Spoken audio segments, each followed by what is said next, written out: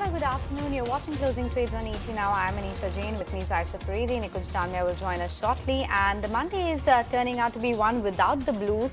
And that's because the Nifty is comfortably cruising above the mark of 18,600. And that means that India has regained the status of being one of the top 5 global markets when it comes to equities. So India pretty much reclaiming that particular title. Having said that, it's the Bank Nifty which is doing the heavy lifting today. It's at all-time high. We are seeing a good bounce back in metals as well, driven by the positive sentiment across the globe with that US debt ceiling overhang really going away. IT is on the back foot today. It's actually the only sector which is trading in the red, because apart from that, all the sectors are pretty much in the green. And also the HDFC twins are doing their bits. They're one of the top pullers when it comes to the Nifty at this point of time. And M&M is one of the top top stocks at the index level, because that stock is have around 3 to 4%. So a lot of stock specific action today as well, Aisha, because if you look at the broader markets, they are doing well, and a lot of result reactions also throwing in coming in thick and fast. Oh yeah, absolutely. We chatted with the M&M management. We're going to play you a soundbite from that interview. That stock, of course, has shown leadership from the word go today and is one of the biggest movers on the benchmark.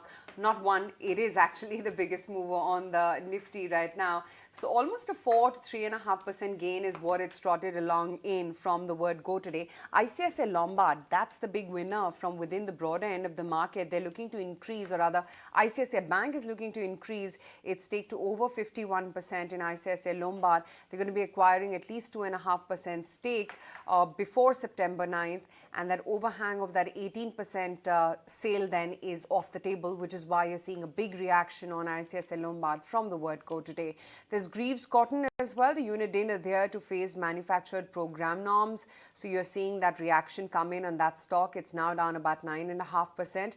And of course, other strong earnings reactions and Ahluwalia contracts, much in line with what you've heard from an NCC, for instance, and the other infra players as well. Weak numbers, though, from City Union Bank. We spoke with Mr. Kamakodi as well earlier today. We will try and play that soundbite. That stock has really seen no recovery whatsoever. And then ONGC as well, after that disastrous earning, as was the case with Balkrishna Industries as well. They're all reeling under pressure as we speak. But I think today is the day, Nikunj, really to rejoice the Bank Nifty high and the fact that we're closing into an all-time high on the Nifty itself. About 300 points away. 300 points away is not even like 2%. Yeah. And 2% for an index which was like struggling and which was directionless and was on a verge of a breakdown, and FIs were selling and DIs were crying. Look at the comeback. I mean, sometimes it's unreal to see that this market, once again, how efficiently it has managed to climb the wall of worry. The Midcap index already hit a new high last week. The Bank Nifty has hit a new high this week. Globally, Nasdaq is at a multi-month high. So things are really moving in the right direction for wherever there is near to medium-term growth visibility. What I like about the market is how markets are reacting to numbers. Like Aisha said, M&M, outperforming stock, but numbers are there, the stock has moved higher. Similarly, the market is just segregating the entire financial space, and when I say that, it's the PSU lot which is now coming at the bottom of the barrel, but the private banks, and especially mid-tier private banks, are making new high. And the classic case here is AU Financial Bank, which is just moving from strength to strength. Quite extraordinary to see how some of the private financial banks have made a comeback. The mid-tier ones, AU, RBL, to some extent IndusInd, and I would also say even for that matter, Bandhan. Right. In fact, talking about the markets, as we reclaim that fifth largest stock market position, as the Nifty now nears an all-time high, what's been fueling the markets of late? What are the factors at play? Somit joins in with the takeaways. Somit? Well, if you see, the Nifty Bank Index has hit an all-time high, while the Nifty is just 1% away from its all-time high. So here we analyze whether the top stocks that have the highest weightage on the index could actually lead Nifty to an all-time high going ahead or not. Firstly, on Reliance Industries, if you see, its weightage on the index is nearly 10.4%.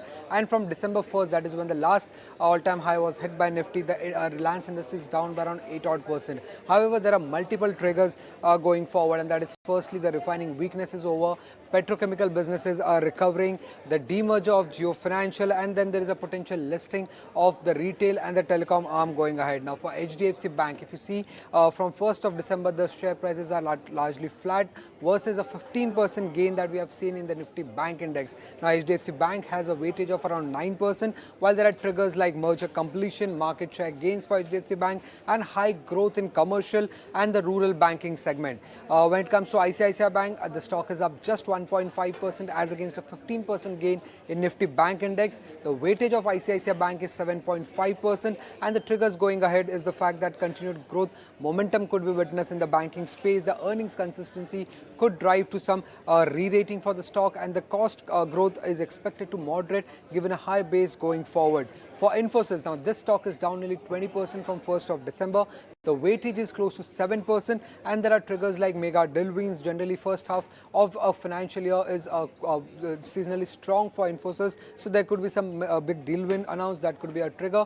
Along with this, margin, if it stays at the upper end of the guidance, would also be one of the key triggers, and if there is some improvement in the US macro environment, would also be a key trigger for Infosys. Similarly, for TCS, the stock is down around 4%. The weightage is around 4.4% on the index, and along with improvement in the US macro environment, any deal wins and improved utilization would be a key trigger for TCS, which could also lift Nifty to an all-time high.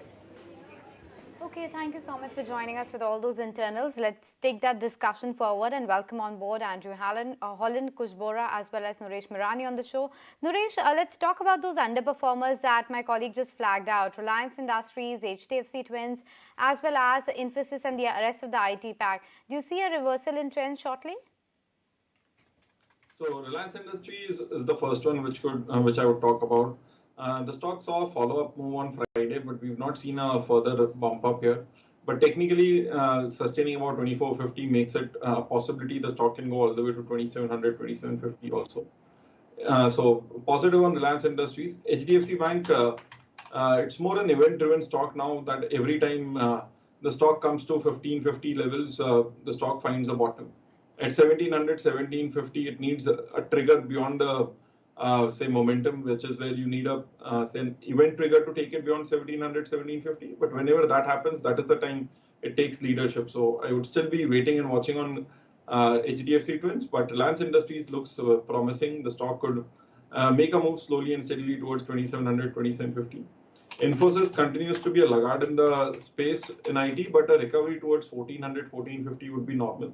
Whether it can sustain 1400, 1450, that's a tough call to take right now. But a bounce back slowly towards that level is what I expect on Infosys. So for now, would wait for HDFC Twins, but Reliance Industries still looks a buy. Andrew, good to have you on ET now. Thank you for joining us. Andrew, do you think this market now needs to be viewed slightly differently? Because while earnings are okay, off late market are only rising high because of liquidity. Frankly, nothing has changed in the last 1 month with the fact that foreign institutional investors are back. So do you think this is not fundamental, but with liquidity which is driving the markets higher? It's a little bit of both, actually, Nikunj, because the fundamentals are intact. There's no two ways about that. Yes, valuations remain some challenging in some sectors, but earnings were okay across the board. And I think the expectation now is obviously twofold. One is, will the RBI reduce interest rates by 25 basis points in October, which means that the market's trying to price that in at some point. And two, will the earnings momentum start to pick up in the back end of this year into 2024? And I think the answer to that is yes, because I think the government capex and the private capex cycle is really picking up, and I think that will be the extra kind of tailwind for earnings to be upgraded in the second half of the year. So might get a few downgrades here and there in a few sectors like IT, but otherwise I think the momentum's there. And I think also looking at some of the data coming from China, whilst it's reopened, it's still looking weak. So I would have thought China would have to kind of throw money at this in terms of easing. But again, that might be an opportunity for FIIs, and maybe this is what we're seeing, to kind of onboard a little bit more India in the short term, whilst China kind of goes through its period of consolidation and weakness before it starts to pick up strongly in the second half of the year. But Andrew, just the nature and the texture of the rally that one is seeing, and it's pretty narrow in nature because it's not like all the Nifty 50 stocks are sitting at an all-time high or peak, much like what's happening with, the Nasdaq as well, wherein the few of the hands are the ones which are taking the index to a new high. But having said that, where is it that you see opportunity even still, and where is it that you would say, be cautious now because these stocks are getting sort of overripe?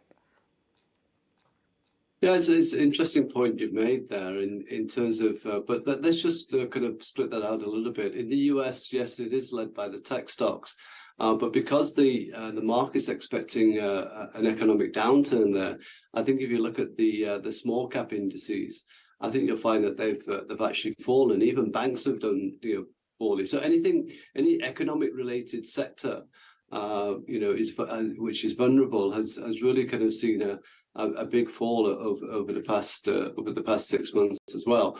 Whereas in India, you mentioned before that the small cap index have hit new highs, so that's telling you that the underlying growth of of India is still very strong. So I'm a little less worried about the kind of narrowness of what you're saying in terms of the Nifty, because I think the broader market is still performing.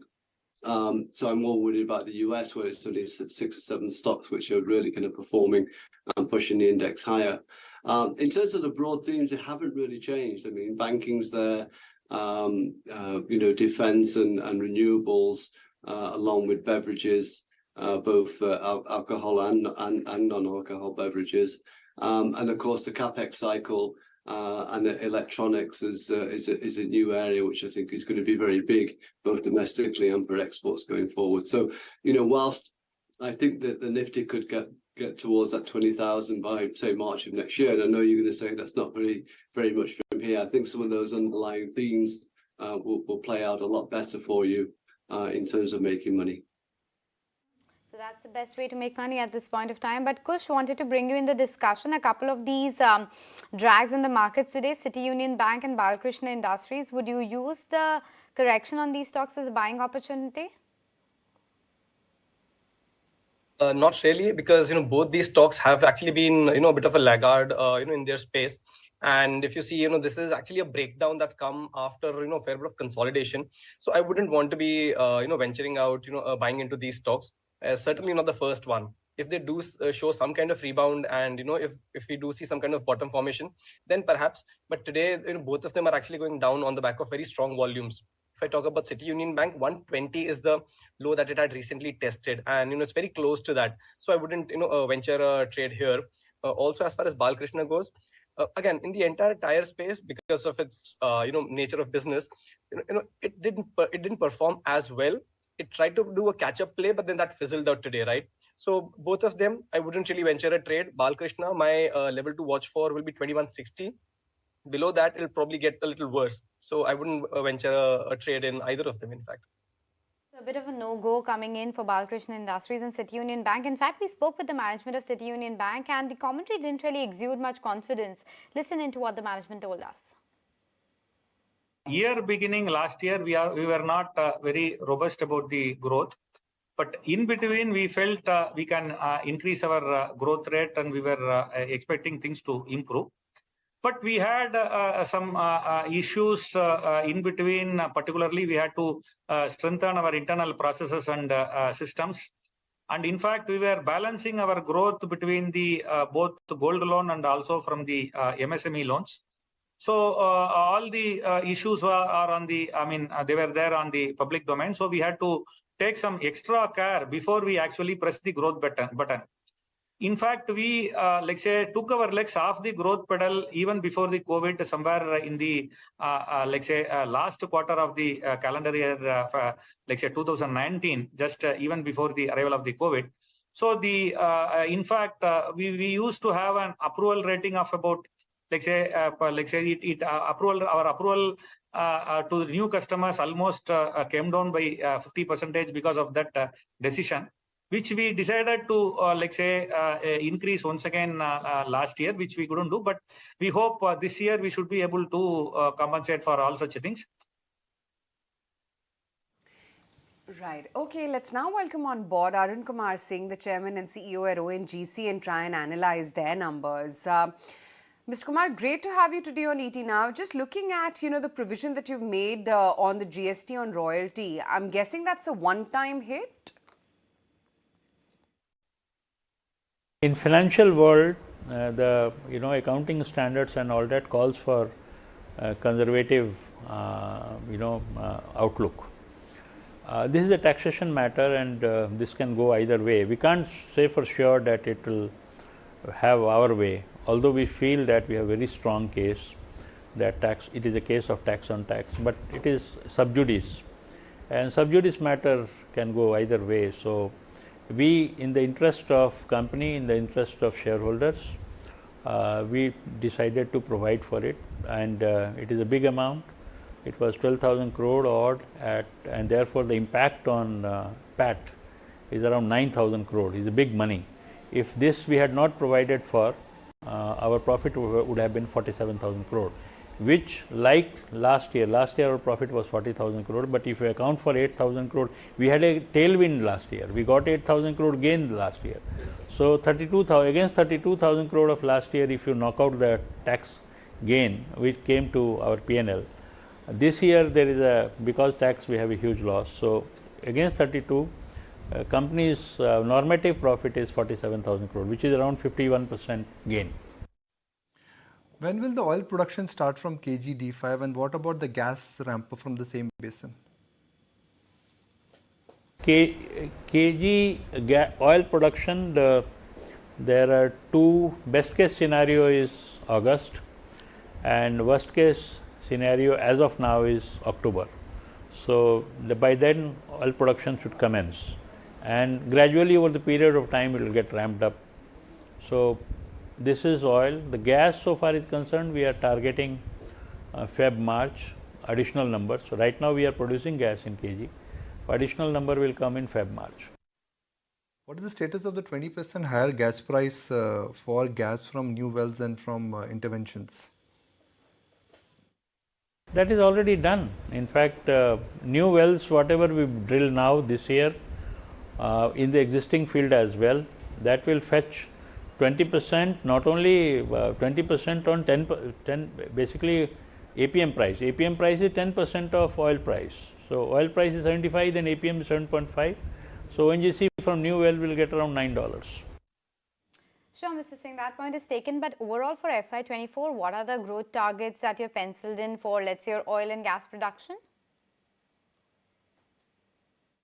We are hoping that this year, at least in worst case scenario, we should have 4 to 5% ramp gain this year. And if it is everything moves as per plan, then it could be as good as 7 to 8%. I also wanted to get an understanding from you. Is ONGC looking at bringing in foreign partners to enhance the production? As of now, ONGC will induct any partner only for difficult exploratory fields where there is only exploration. From existing nomination field, there is no question of giving PI or anything. What we are looking at, if somebody can give us the enhanced oil recovery system, we will have some mechanism to share the revenue. Right. We also believe that, again, talks with HP MRPL merger have been initiated. What are the chances that the merger would finally get completed this time? And why were the stocks last time, talks stalled last time? If you could just give us some clarity on that. And are there any still pending issues related to the merger? No, merger is on the cards. Merger is on the cards, but there are taxation issues and there are limitations that, as you know, and those will take some time to get sorted out. So let's wait for the taxation, because OMPL and MRPL got merged, and those taxation, whatever benefit people do, there is a period defined by income tax rules. So we have to wait for that period to get over. Right. Mr. Singh, great to have you today on ET Now. Thank you so much for taking the time out. Let's quickly take a break with news that we're still holding on to grains. In fact, we are now nearing in on that 18,700 print on the Nifty futures.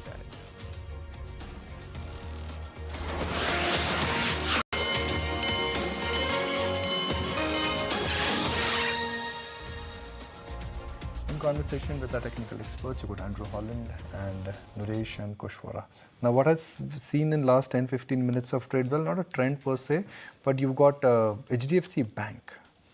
Let's look at HDFC Bank. HDFC Bank, frankly, in this market rally has not participated at all, and it's struggling. Andrew, why is this bank not participating? I mean, why, for that matter, Reliance is not participating? These are two heavyweights which, in a sense, capture the India story, both the length and the breadth. And at a time when FIs are back, HDFC Bank is underperforming and Reliance is underperforming. Yeah, I think for Reliance, I mean, there's no fundamental reason apart from I think the market's still awaiting kind of for the company to come up and talk about its IPO plans or splitting out the businesses. And I think once that comes, then I think you'll get that will be the catalyst for the stock. And I think that's the reason it hasn't performed. And I think the same with HDFC and HDFC Bank, because of the merger. I think everyone's just waiting to see how that will settle down.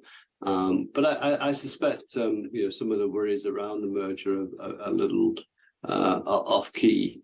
In my book. So I think, until that actually happens, I think the market's just going to sit on the sidelines for a little bit with these stocks until we get the positive news from Reliance about unlocking value of the HDFC in terms of that merger actually happening. And then you can look at the combined group and see what the capability of kind of growing this this merged entity and growing it quicker than two separate entities. And I think that's what the market's going to look for. So once you get those two things, I think you'll see that these two stocks will start to outperform.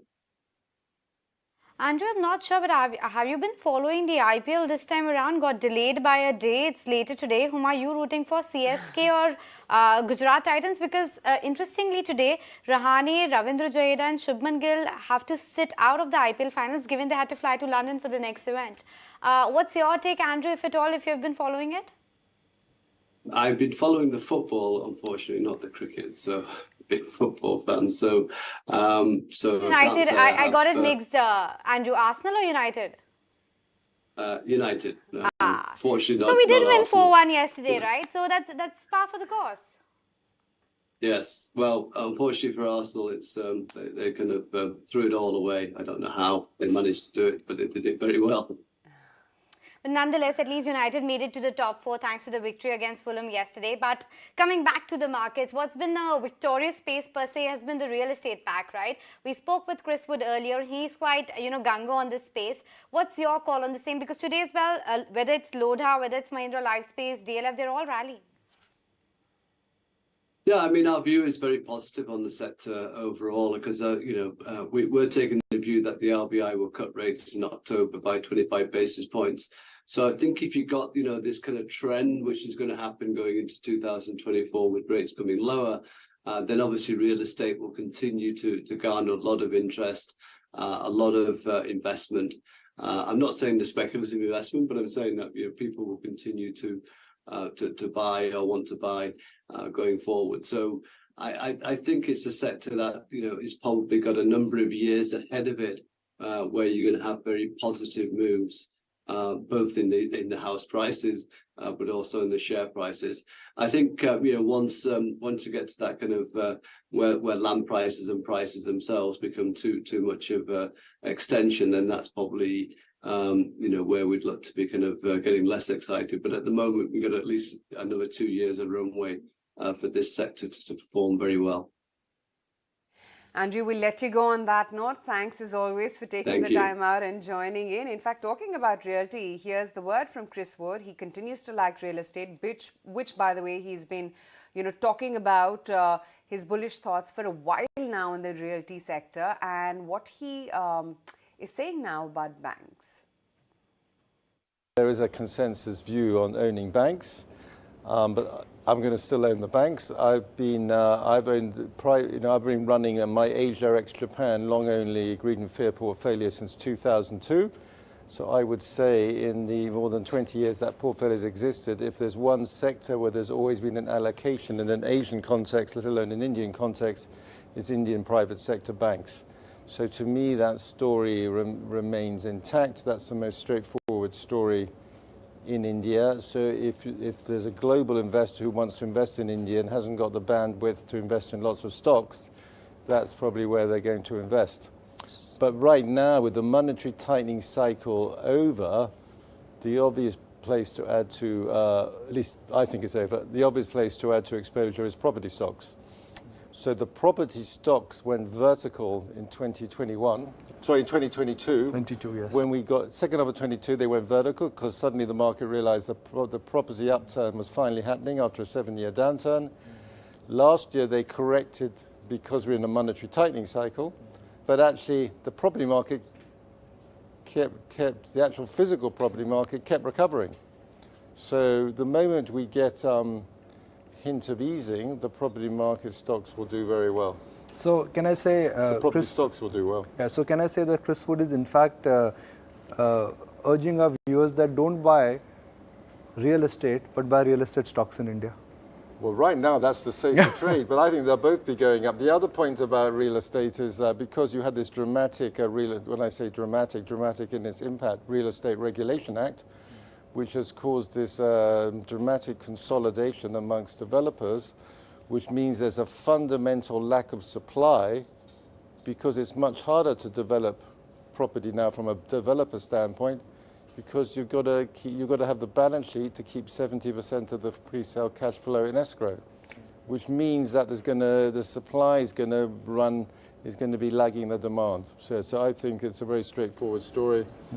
So Chris, your portfolio is in public domain. So I'm going to just read off the names what Chris Wood's model portfolio currently has. It has Godrej Properties, real estate company, GLF, India's biggest real estate company, Macro Developer, India's biggest residential real estate company, and I think there is Century Textiles there, which is also real estate play. Real estate related play. Yeah. So you pretty much like 4 real estate stocks, even though the weightage of real estate in the Nifty is very low.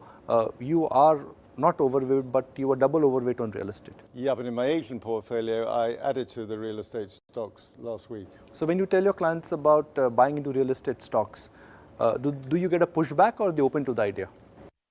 No, I think the domestic institutions here have always had a prejudice against property business, property stocks, because they don't think it's a long-term business.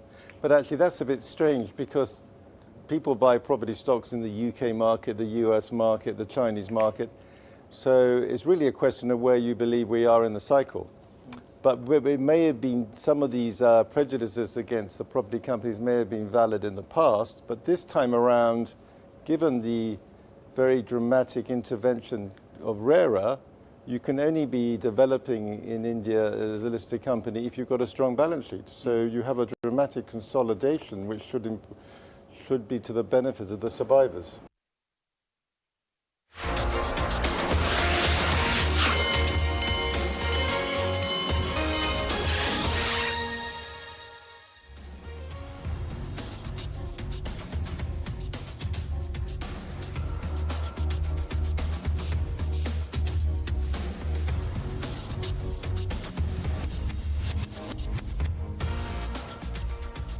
Welcome back. Well, as you saw, the US markets are suggesting a decent amount of uptick when they open for trade. But today is a holiday for the US market, so they'll trade only tomorrow. But for now, at least, the futures are pointing out to a positive start. Nifty, nonetheless, is maintaining that 18,600 mark for now. And the Bank Nifty is sitting comfortably with a gain of around 0.7%. Let's welcome on board Vineet Bulinchkar as well into the discussion. Vineet, I got conned by one of those clickbait articles that, really contested that the likes of Shubman Gill, etc. will not be a part of IPL. Seems like it's not the case. They're pretty much going to join the IPL tonight. But whom are you batting for, the Gujarat Titans or Chennai Super King? The Gujarat Titans. Not going for Dhoni? You are a Dhoni fan, Aisha? No. So you are No, I'm rooting first. for Mumbai Indians? Whoever wins. Let's take the dipstick survey and ask Kush as well as Naresh as well. Kush, who are you thinking that the technicals really support the chart, for which one? I think it's the CSK team that perhaps has a slight upper hand. I guess it's just a die-hard Dhoni fan, talking about it. I think. Naresh, what about you? Let's get your view as well. So no analysis, just a Dhoni fan. So CSK. Okay, so evenly divided at that. But let's talk about the markets, because that's what the bread and butter is about. Right? I mean, there's He rumor hasn't that announced it, yes, yeah, but hang up looks his like boots. that it's going to be the last one. But I mean, quite a bit of spoiler yesterday when, all of us are waiting for the final and we thought, Sunday evening is going to be busy with that. And last moment, it's rain gods playing small sport. Okay, nonetheless, let's talk about markets because we still have 30 minutes of the trading session left. So, Vineet, the consensus trade seems to be in the banking space, and that's clearly what is, doing well today. But if you had to take your top bets from the mid-cap banking space, what would those stocks be? RBL Bank. I believe that it is a lot of value there with a lot of growth also coming in. So you'll get a twin effect of not only EPS growth, but also the valuation re-rating happen out there. Right. Okay. Just looking at what else is opening up, holding out in the market. There's, of course, M&M, which is now scaled higher by over 4%, by the way. And, of course, ICICI Lombard, BHEL, RBL Bank, ICICI PruLife. These are all stocks which are a buzz. But what's the buzz from the dealing rooms this afternoon as we scale up that all-time peak on the Nifty Bank and pretty much closing in on the all-time high on the Nifty as well. Sharad is here with all the buzz. Sharad? Well, yes, in focus we are having Wonderla holidays, and what we are gathering from dealers as well as industry sources, they are stating that the company is actually planning to open a new amusement park in the hilly areas. Now, it's expected that this new amusement park is expected to come in the northern Bengal or the northern eastern markets, and the important thing is that the feasibility studies is going on for the Kashmir market as well. Now, the channel checks suggest roughly 10 to 12% of price hike has been also reported for the company, and they are actually going after stronger collections coming in from the footfalls. Apart from this, the company will also be starting its capex, as they have stated in the recent con call, as well as they have received a tax waiver of almost 10 years from the local bodies. Now, looking at the stock itself, the stock is near its 52-week high levels. The Q4 numbers were very strong, and this was the fifth straight quarter of a double-digit growth when it comes to the occupancies, and they have also stated that for FY23 the EPS numbers stood at almost 26 rupees per share. It's highest ever EPS numbers which have been recorded. Amongst the brokerages, ICICI Securities has maintained its buy rating, but the target price has been increased from 638 to 738 odd rupees. Going ahead, the company is a debt-free company and expansion plans will be going, especially in the tier 2 segment. Right, okay, we'll leave it at that. Whole lot of stocks which are seeing a lot of buzz around the dealing rooms. But here's IHCL as well, the big high flyer from last week. Puneet Chatwal, the MD and CEO, joins in on the show right now. Puneet, firstly, how does it feel to win the Best Hotel Award from TripAdvisor? Tell us a little bit more about the property Rambagh Palace for those of us who haven't been there.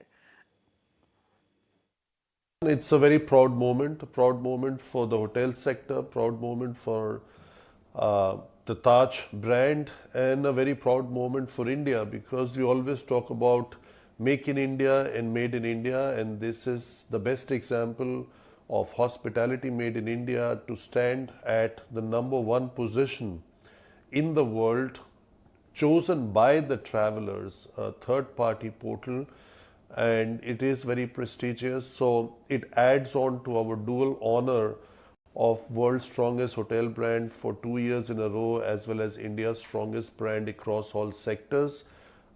Makes us really, really proud, especially because palace positioning is something unique to Taj, and we call it like we are maintaining the living legacies, and Rambagh Palace obviously stands out, a palace which is 200 years old, and a very unique palace, I must say, which last year integrated another new palace development, the Savai Man Mahal, on its premises. So it's absolutely a delight to be there, and it's absolutely delightful to be recognized on a global platform. Right. What's the view then right now, Puneet, on domestic travel boost because of G20, and if high occupancy and ARRs are both going to continue or not?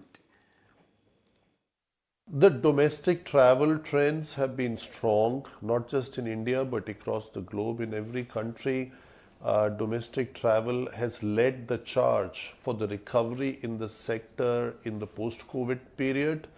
And we are not seeing any slowdown on the domestic travel. And whatever I could say for the first 6 weeks of this financial year, we are definitely at a similar or a higher level in almost all destinations.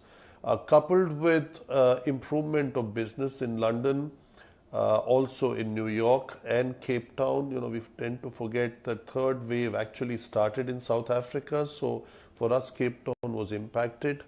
And very resilient Dubai and the growth coming back in Sri Lanka. I think both domestic as well as our international properties are definitely doing or are on a strong wicket for the first 6 weeks. The business on the books for the next 6 weeks also looks positive. So Q1 typically is the third strongest quarter and Q2 is the weakest. So I think if we get through these 2 quarters well in the way they have started, with the addition of business coming from the G20 meetings and later in the year the World Cup cricket, and we are also expecting more international travel to commence as of the months of October or November. I do believe the outlook remains positive for the sector. Okay, so the outlook remains positive with both the domestic as well as international tourism picking up. But what about the EBITDA margins? They have been pretty much, constant around the 33% mark. What are the levers that you see for margin expansion, if at all? By 2025, we said we'll have 33. Now, one may say you ended the last financial year at 32.7. Why could it not be 35, 36? If it can be, we'll make it happen. If it's doable, we will walk the talk. But as we started this conversation, we spoke about the iconic palaces and the positioning. So we are not looking at just this financial year and next financial year. We take a mid to a very long-term view of the positioning of our brands, and within our brands, Taj was, is and remains the backbone, is the crown jewel of India. It's not just the crown jewel of Indian Hotels Company. So I think we need to keep investing to maintain that positioning, and not every expense is a capitalized expenditure. So when you have certain living legacies, they come with certain expenses, and you alluded to the inflation cost. All in all, I think in hotel sector globally, we are delivering industry leading margins at 33%. I think we are among the top 3 companies that are working at a global level, because at a standalone, we are almost close to 40% margin. So that's a very different story when you add your margins for London, for San Francisco, for New York, for Cape Town, etc. It's not that easy to deliver 33%. So it is, I think, quite a robust margin and quite a positive development that our group has experienced over the last 5 years, barring the 2 years of COVID. Okay, so aiming for better margins. But what about the Ginger properties? Could you talk to us about how it is scaling up? Because I understand the target is for a 600 crore revenue profile there. Well, India is a very heterogeneous country. It just does not have metros. It has tier 1, 2, 3 cities, or if we don't want to call them tiers, let's call them centers and pockets of excellence and pockets of innovation. And Ginger as a brand is ideally suited for district capitals, state capitals, commercial capitals. There is so much that one can do with Ginger. And this kind of brand and this kind of positioning has not come in such a strong way in India as has happened in the Western world, but there is nothing that stops it from happening. So The name Ginger is definitely old, but this brand was completely reimagined 4 to 5 years ago, and then for some time we could not have the aggressive development because of COVID-19. But I do personally believe that this brand is poised to become our second most important brand after Taj in our continuously innovating brandscape that we have. Right. So, Puneet, can we see higher revenue power as well, expected to be higher because of premiumization of the portfolio? Absolutely, that is our strategic intent. Up till now, we have been able to walk the talk of increased RevPAR, and I see no reason why we will not continue to deliver on that promise. Right, Puneet, congratulations once again. And, it's a prestigious moment for IHCL. Okay, let's bring out the stock price of IHCL and show you where it's currently at, 380. But don't look at today's graph. I think what's more pertinent is to see not just the kind of recovery the stock has had from the COVID lows, for that matter, how it's done in just the last 1 year or year to date for that matter as well, has been a strong performer. Looking at the market texture right now, it's the usual names M&M, SBI Life, Titan, Tata Steel, SBI, etc., which are holding out. Vinit, give us some mid-cap ideas if you have any. Anything that's looking tempting for a buy right now at these levels?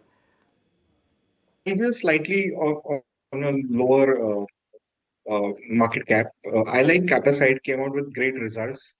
If you see the numbers, they are pretty much in line with what we have stated. And 24 is going to be a very big year for the company. We like this stock very much. It's very, very cheap.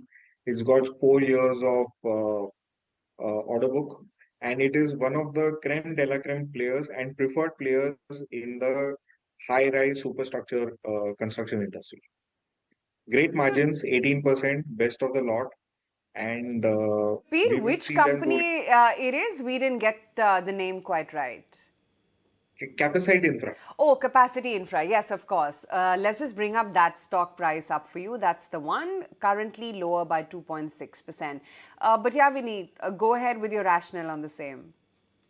Yeah, so as I said, the order book is very strong, 4x current year's turnover. Great margins, 18%, which are top of the line for a construction company. And one of the most preferred players in the MMR region. So we really like this stock. Really like Capacity Infra at this point of time, but let's take stock of what's happening in the markets. Greaves Cotton continues to see further slides, 11% cut there. GMR Infrastructure is down over 10%. City Union Bank started on the back foot, continues to be down almost 10%. And then you have Balkrishna Industries, Finilix Cables, all of these counters are coming under pressure, and even the likes of Seat, Bosch, etc. So all of these auto ancillaries not having a great day at this point of time. But what are the top BTSC ideas coming in from our technical experts? Kush, you go first. What are the names that you are recommending? Sure. The first one is Cholamandalam Finance. Again, the stock has been doing well. It's consolidating with a mild positive bias. I think it's getting ready for its next leg of up move here. So 1070 would be my target, 1040 the stop loss. The other one is Tata Motors. Again, very similar rationale. After a very sharp and smart up move, the stock is also consolidating with a positive bias. Here, there is a bit more headroom. So I think 532, 535 is the target, and 517 should be your stop loss. So Cholamandalam Finance and Tata Motors. Nuresh, what about you? So first would be a buy on Hero MotoCorp, a flag breakout here. The stock looks promising for the short term as well as the long term. Stop loss at 27.65 and a target price of 28.50. Second is a buy on RBL Bank. The stock is finally trying to make a breakout move, has underperformed the banking space. Looks like a major turnaround here. A stop loss at 150 and 50 and a target price of 160. Okay, point taken, but we have just the fag end of earnings to deal with, and a couple of Nifty companies will report numbers tomorrow, Adani Ports as well as Apollo Hospitals. First, let's go across to my colleague Shrishti, who's joining in to tell us what the expectations are from Apollo Hospitals. Well, a decent set of numbers expected from Apollo Hospitals, because given the fact that how their Apollo Hospital segment as well as their pharmacy division as well as their AHHL segment has been performing over the quarters. So the journey is expected to continue this time around with a strong performance across the three segments. But 24/7 segment is expected to continue reporting loss this time around. Talking about expectations, their pharmacy business is expected to post a revenue of 1900 crores on the back of the store expansion. Their hospital business is expected to show an improvement on the back of the capacity optimization in some of their newer assets. And from Apollo Health and Lifestyle Limited, the sales expectation is 340 crores, and that will be a double-digit growth for the company on a YY basis. But talking about their 24/7, that is the loss is expected to remain at the elevated levels. But let's talk about the consolidated number expectations. So herein we are expecting a revenue jump of 4% on a sequential basis. EBITDA is expected to report at 533 crores, while the margins are expected to remain flat on a sequential basis at 12%. But onto the profit figure, we are expecting a jump of 20%, and 195 crores onto the bottom line is the expectation. For the industry, we have seen all these hospital-related companies have reported good set of numbers. So on those similar lines, Apollo Hospitals expected to show a good set of numbers this time around. So all eyes on that. Okay, Apollo Hospitals, that's the expectation. But Naresh, if I had to ask you from the entire healthcare space, which are the stocks that look most interesting? So Apollo Hospitals is the one which I'm watching out for. I have a view here that the stock has done nothing for the last almost 1.5 to 2 years, wherein the rest of the pack has done really well. There has been a lot of FII selling here. One of the shareholders has been reducing stake for the last 1 year. Out here, the stock has been around that 45,000-4600 mark for the last 2 years. Short-term breakout done very recently above 4,500. Expect of this momentum, if it gets a trigger from the results, the stock could go towards 5,000, 5,500. So the risk reward looks promising at current levels. Would have a stop loss below 4,500. Expect a move towards 5,000, 5,500 on Apollo Hospitals. Okay, that's the take coming in on Apollo Hospitals. Let's see where we're headed in for on close. Ebbed off a little bit actually from the top. So, it seemed like we're going to close in on that 18,700 print, at least on the Nifty futures today itself, but just a little bit easing from the top. But we're still going home a good 100 points up in the green for the Nifty futures. 18,673 is where we're shutting shop for the day. ONGC, of course, has been a rank disappointment after its numbers and that one-time adjustment, 3% lower for ONGC. There's also been BPCL. Technology as well today has been a bit of a back foot. So both TCS, Infosys, Wipro, HCL Technologies have all been laggard.